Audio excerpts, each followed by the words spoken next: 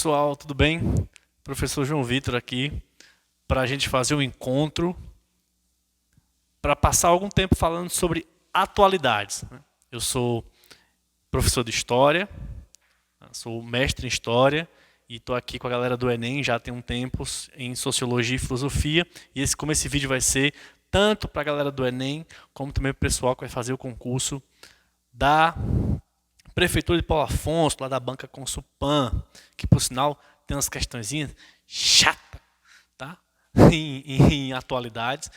E é importante porque atualidades não é só ler notícia, tá? O professor de atualidades vai precisar, ao escolher as notícias, pensar como é que elas, por exemplo, tendo acontecido no passado, se tornam atualidade no presente, como, por exemplo, o aniversário de um acidente, ou de uma lei, ou de um momento histórico. Né? Pensar como é que uma lei, uma notícia, uma guerra, seja lá qual for a notícia, está influenciando no presente e pode influenciar no futuro. Para o Enem e para a Consulpan, atualidades estão numa temporalidade diferente. Para o Enem, sei lá, dependendo do acontecimento, 2018 é atual. Para a Consulpan, tem um número de meses. Mas é importante também, ainda mais numa prova onde vai ter, tanto no Enem como na prova do concurso, vai haver o quê? Vai haver prova dissertativa. E uma dissertação é sempre sobre o universo ao nosso redor. Ninguém disserte sobre Marte. Não vai ter. Disserte sobre os rolês em Júpiter. Não tem rolê em Júpiter. É sempre sobre esse mundo, essa sociedade, a nossa sociedade. Portanto, entender de atualidades, tá? Entender de atualidades vai ajudar vocês a contribuir para aquele itemzinho que está lá na página 19 do edital do concurso da prefeitura. O primeiro item, que vale 75 pontos, que você deve ser argumentativo e informativo. Entre outras coisas, coerência do argumento e tudo mais, há lá um que é similar ao C2 da redação do Enem, que é repertório. É preciso, quando falamos e organizamos nosso pensamento, quando a gente argumenta sobre determinado tema, é preciso ter o quê? Ter precisão e aprofundamento. Então não adianta falar, olha, falando nesse tema, lembra daquele acidente que aconteceu lá, naquele estado lá, no ano que aí é preciso falar, é preciso dizer o estado, é preciso dizer o acontecimento, é preciso ser preciso. Portanto, haverá questões objetivas na prova para responder bolinha. E haverá também a utilidade de atualidades para quê? Para que você possa estar atualizado sobre o mundo ao seu redor e que isso te dá, para isso te dá embasamento para escrever uma redação. Tá? Então, atualidades não é besteira e vocês precisam se concentrar nisso. Então, vamos nessa. Me deram uma tarefa sinistra. Que foi o seguinte: a gente vai tentar falar em 1 hora, mais ou menos, do que eu entendo que é relevante para atualidades, que aconteceu de maio de 2019 até maio de 2020. E a tarefa ficou mais complicada ainda. Por quê? Eu não vou falar do coronavírus, beleza? Em algum momento a gente pode ter um encontro desse, eu quero ter, para a gente conversar sobre o coronavírus. Aspectos políticos, sociais e tudo mais, econômicos e vai. Mas nesse momento nós vamos falar de Brasil. Veja a minha tarefa. Sejam cuidadosos comigo. Cuidado nos comentários aí. Minha tarefa é, sem falar de coronavírus, de 2019, maio até aqui, falar sobre questões que podem ser relevantes para uma prova de dissertativa ou para questões objetivas de atualidades. Vamos nessa? Vamos lá. Bom, vamos começar com uma questão interessante em 2019. Em maio de 2019, educação. Entrou Abraham Weintraub na educação, no Ministério da Educação. 2019, né? Ele entrou com a saída do Vélez, que foi um ministro que não tinha plano para a educação. Tá? E assim que o Weintraub entrou, Olha que trava-língua, vai entrar ou entrou, se liga nessa.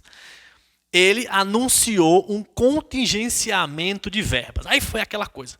Foi corte, foi contingenciamento, é corte, é contingenciamento. Bom, o que é um contingenciamento? É quando há uma verba, já que a verba de 2019, ela é decidida em 2018. Direito administrativo aí para vocês. Deus me livre. E essa verba é decidida em 2018. Então essa verba ela está para ser liberada. Um contingenciamento é quando o governo bloqueia essa verba. Que na prática é um corte.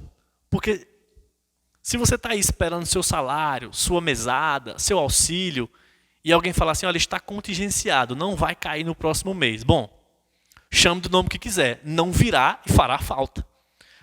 Tá? Mas, tecnicamente, o que vale para as provas é contingenciamento, que é esse bloqueio de verbas previstas no orçamento. Tá? E esses cortes, disse e aí, quando aconteceu o corte, a notícia se espalhou, e aí o Weintraub falou o seguinte, calma, esse corte será só para as universidades que estão fazendo balbúrdia.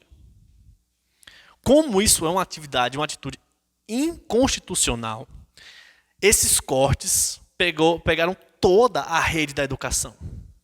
E aí, de novo, a imprensa e a sociedade chegou para o ministro e falou, senhor ministro, o senhor não pode escolher qual universidade contingencia verba, primeiro, e qual é que é? Ele falou, não, na verdade é que é o seguinte, tirando verbas da educação superior, a gente vai cumprir uma campanha de governo, uma promessa de campanha de governo, que é investir na educação básica. E aí ele demonstrou lá como é que um aluno na educação superior gera, sei lá, 2, 3 alunos na educação básica. O que vale aqui é o seguinte, que essas são as posições do governo para atualidades, essas são as posições do governo, e aí vem os dados. Weintraub também não estava falando a verdade nesse momento. Por quê? São 2,4 bilhões da educação básica, 2,2 bilhões do ensino superior, em verbas discricionárias. Professor, o que é verba discricionárias? É aquela verba que vem para manutenção, água, luz, jardinagem, estrutura. Tá? Então veja, o maior corte em verbas discricionárias foi na educação básica. Depois houve 1,4 milhões de verbas para a educação dos anos iniciais e também houve 100 milhões de reais cortados ou contingenciados que iriam pro Pronatec. Então, assim, todas as áreas centrais para a educação receberam corte, tá? Desdobramentos, tá? Esse é um elemento da notícia. A notícia não pode ser, a atualidade não pode ser com a notícia aconteceu. Ela tem que ser aconteceu e fez o quê? Serve para pensar o quê? Portanto, serve para pensar o seguinte. Em análise, Weintraub e o governo com essa posição, né? Principalmente essa posição de dizer que não, é um contingenciamento da verba da universidade, mas não é para a educação básica. Demonstraram o que muita gente chamou de uma visão burocrática da educação, ou seja, que entende a educação separada, que entende que olha para a educação pelo viés da burocracia, da rúbrica, do orçamento separado, que separa educação superior e básica, quando na verdade são complementares, né? Você não pode fazer bons professores para as crianças se não tiver boas universidades. Se você não tiver uma boa base, você faz engenheiros ruins.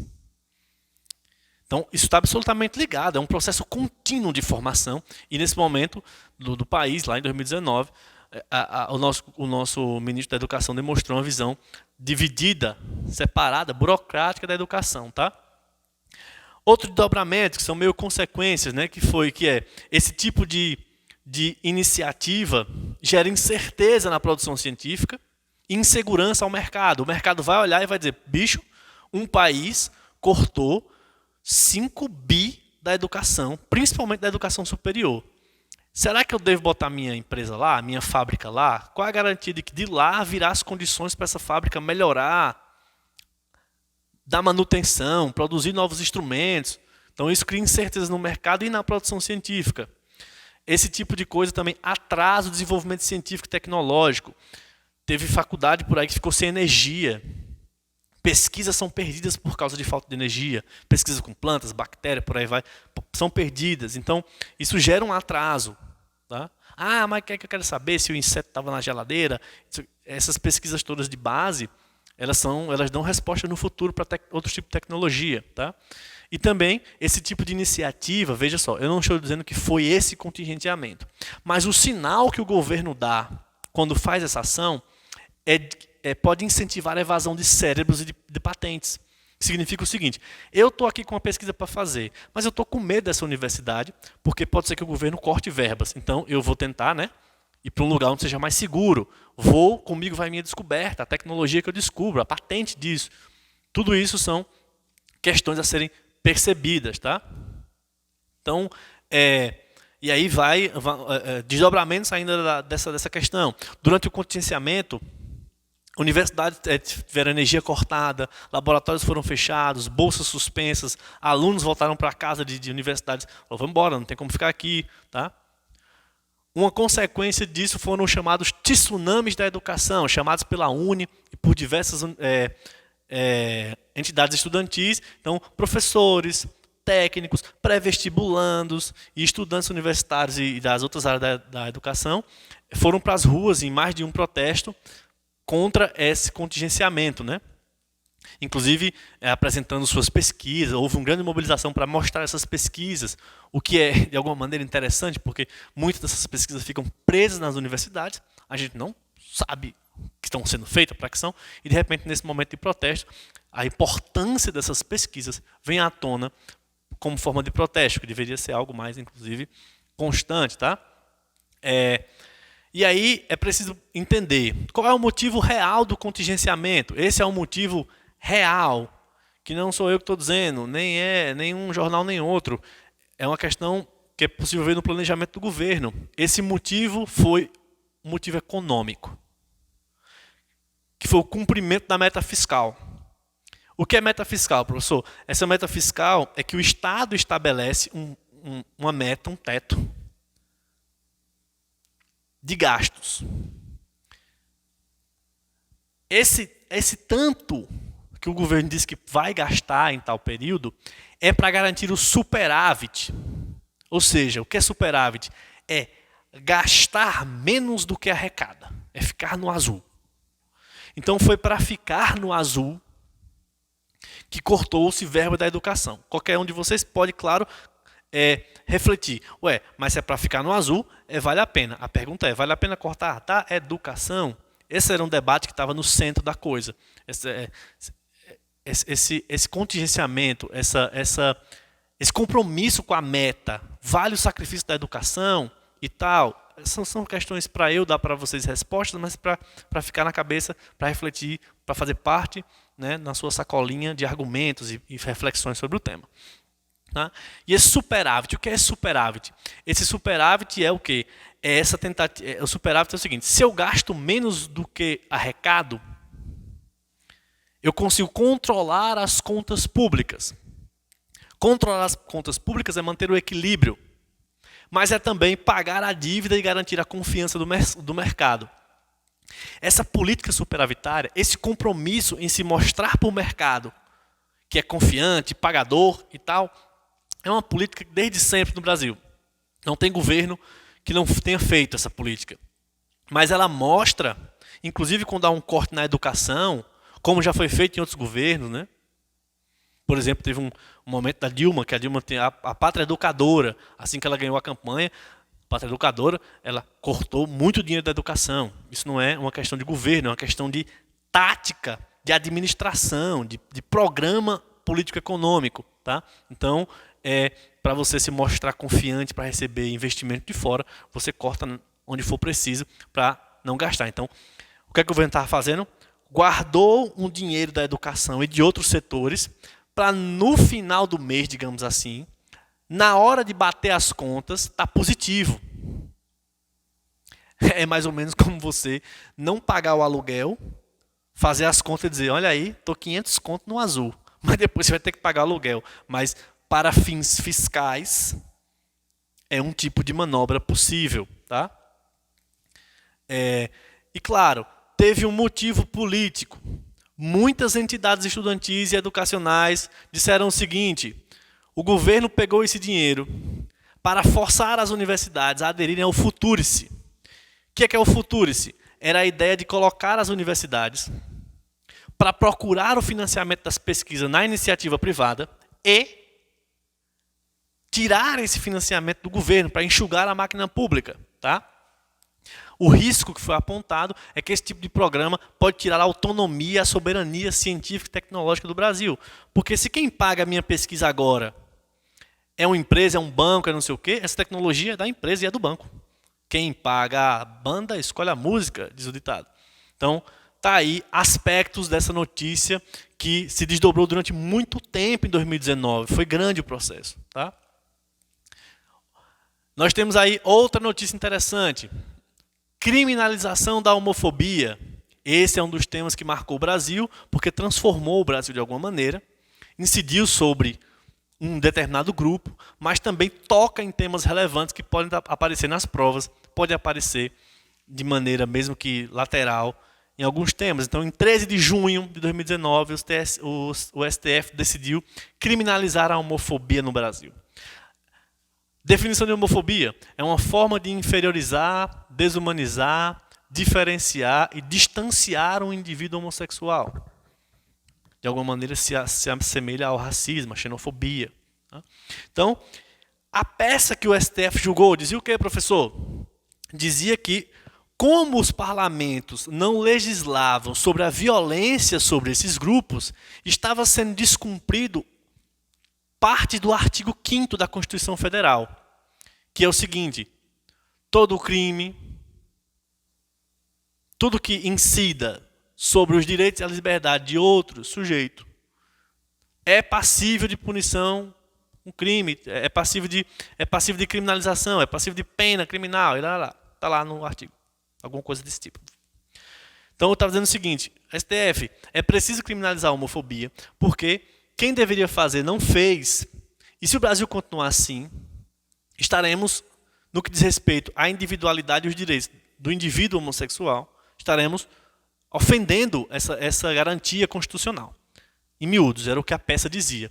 Então, pedir o seguinte: o objetivo dessa peça, desse processo, que o STF desse um prazo aos parlamentos, à Câmara e ao Senado, para estipular uma lei de criminalização própria para a homofobia. E que se esses parlamentos não fizessem, que o STF deveria ele mesmo criminalizar, colocando, embutindo essa lei, essa criminalização, essa decisão na lei de racismo. Então a homofobia ia se agregar à lei de racismo. Tá? Exatamente. O STF atacou o pedido e hoje, nessa data, 13 de junho de 2019, o STF considerou a homofobia crime e agregou, digamos assim, a homofobia como crime dentro da lei de racismo. Tá? Interessante perceber como é que, digamos assim, a sociedade, nesse sentido, LGBTs, não LGBTs, perceberam essa notícia de maneira rápida. Uma percepção da sociedade. Vocês vão poder ler isso, porque eu vou deixar, eu não sei como é que vai ser disponibilizado, mas o meu slide eu sempre faço pensando na revisão de vocês, então esse slide vai estar disponível. A gente pode dizer que há três formas que foram expressas, ou seja, três formas de que foram, como é que eu posso dizer, avaliadas essa decisão. A primeira dela veio dos setores conservadores da sociedade. Em linhas gerais, uma crítica ao STF, acusando a corte de atentar contra a moral, contra a família e contra os bons costumes. Uma outra crítica é que, quando você criminaliza a homofobia, você está dizendo que é institucionalmente liberado ser homossexual, coisa que não é proibido mesmo. Então, mas rolou essa crítica, né? Dizendo que há aí a justiça está dando a relações não naturais um status protegido pela lei de relações naturais, como uma relação heterossexual. Então, a posição conservadora foi essa. Houve também, né, dentro do movimento LGBT, de políticos ditos liberais, né, e moderados e tal, foi um consenso, um aplauso à decisão.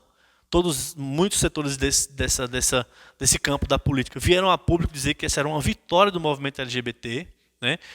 Equipararam essa conquista no âmbito jurídico a leis como Maria da Penha, entre outras, né, onde o Estado de Direito acolhe essa minoria, né, inclui essa minoria em mais aspectos que já deveriam ser respeitados na democracia. Lá, para os alunos de Enem, tem uma aula sobre democracia e Estado, onde a gente fala sobre isso, né, como é que essas minorias, em suas lutas, vão conformando a democracia, vão dando forma à democracia, que é uma coisa histórica, que acontece no tempo e no espaço. Não é uma fruta, não nasce pronta. E houve um terceiro movimento, um terceiro aspecto, que é o movimento LGBT, de esquerda. E aí, por esquerda, quer dizer o que a gente entende como esquerda radical, né? Esquerda socialista, esquerda comunista, essa esquerda mais lá da esquerda. Esse grupo apresentou um apoio crítico. O que significa apoio crítico? É apoio porque esse terceiro setor disse o seguinte: essa é uma medida importante. Ela tem limites, mas é importante que esse grupo, tão marginalizado e que sofra tantas violências, seja também coberto pela lei nesse sentido. Então, como é um grupo que o Brasil é um dos países que mais, por exemplo, matam homossexuais no mundo. Então, como é um grupo que no Brasil é claramente visto uma violência específica sobre ele, é preciso também que a lei, de alguma maneira, os cubra, os proteja. Mas eles dizem, é apoio, mas é crítico. Por quê? Eles vão dizer que é limitado. Primeiro, porque é possível ver na sociedade outras criminalizações que não estão sendo tão efetivas. Por exemplo, a Maria da Penha, o próprio crime de racismo e uma série de outras criminalizações que, apesar de cobrir, tentar proteger esses grupos de minoria, por algum motivo, não funcionam tão efetivamente como deveriam. Então, estão dizendo, olha, vamos aplaudir, mas é preciso lembrar que se criminalizaram outras coisas e não resolveu o problema. Tá? Eles dizem, tornar crime não resolve. Esse é outro ponto de argumento desse grupo, desse espectro da política que reagiu sobre a decisão do STF. Não adianta só você criminalizar se, por exemplo, tem o Escola Sem Partido, outras leis que estão acabando com a discussão de gênero. Então, não adianta tornar crime aqui se na outra mão, na mão da conscientização, da educação, esse debate está sendo apagado. Não adianta criminalizar se a conscientização de que isso é crime está sendo cada vez mais fragilizada. Esse é um argumento. Ah, é crime, mas você não ensina por que é crime, as diferenças, o que. Então, eles estão dizendo que é preciso, né, não só criminalizar, é preciso investir em educação, conscientização, debate, mas também garantir a essa comunidade segurança econômica, acesso à saúde, educação, porque é também uma comunidade LGBT que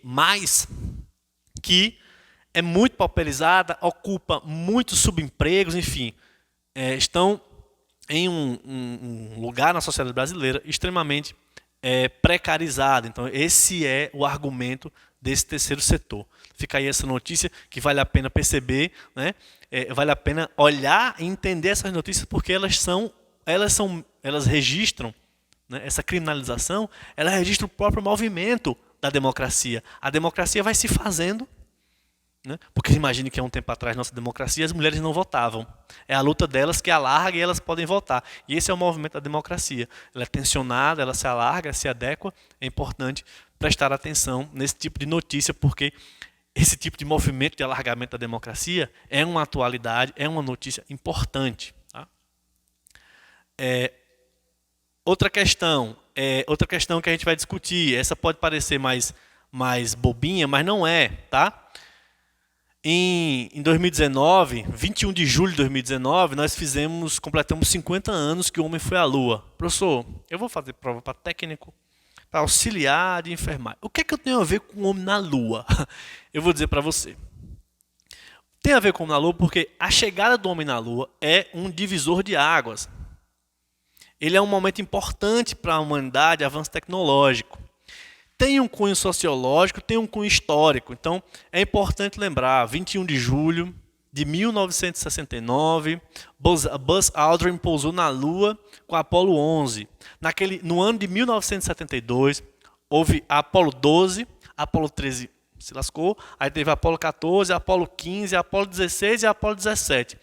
Todas essas naves, todos esses projetos foram para a Lua, pousaram e tal, tá? O programa Apollo, ele gastou mais de 24 bilhões de dólares, o que daria hoje uns 130 bi de dólares para poder fazer esses experimentos, né? Professor, o que é importante lembrar? Lembrando que atualidades é sempre o quê? Algo que é notícia ou fato atual, que dialoga com o presente, que gera impactos para o futuro ou dialoga com o passado, porque nunca atualidades é só uma pergunta sobre o fato.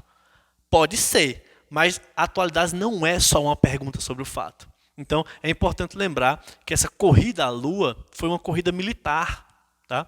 E aí vai esse toque da história aí. Os Estados Unidos mandou um homem à Lua. Na verdade, ele estava aprimorando tecnologia para dizer à União Soviética, durante a Guerra Fria, até o quão longe eles poderiam mandar um míssil. O homem ir à Lua não foi só para saber se a Lua era feita de queijo, se tinha ET. Não. Na verdade, era o teste tecnológico para mostrar aos Estados Unidos, olha, imagina, se eu mandei um míssil para a Lua, quantos mísseis eu não consigo mandar na tua cabeça?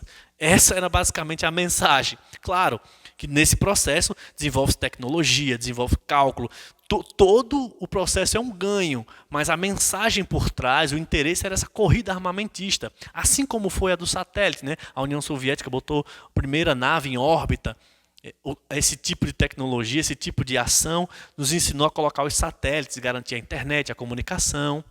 Mas o que a União Soviética queria, assim como os Estados Unidos, era colocar satélites em órbita para espionagem, para guerra de informações. Então, é importante lembrar que esse tipo de notícia é um fato, factoide, mas que carrega também uma informação sociopolítica. E ainda mais nesse momento em que todos os especialistas em política internacional estão dizendo que o Brasil vive que o mundo está vivendo o começo de uma nova Guerra Fria entre Estados Unidos e China. Agora não militar, mas econômica. Então, essas notícias não estão desconectadas, né? É preciso que vocês tenham em mente que nós vivemos um contexto de semelhanças, de coisas parecidas, tá? Então, a gente vai segurar esse bloco por aqui e a gente vai continuar com mais notícias em 2019 que são relevantes para vocês nessas provas. Valeu! Até...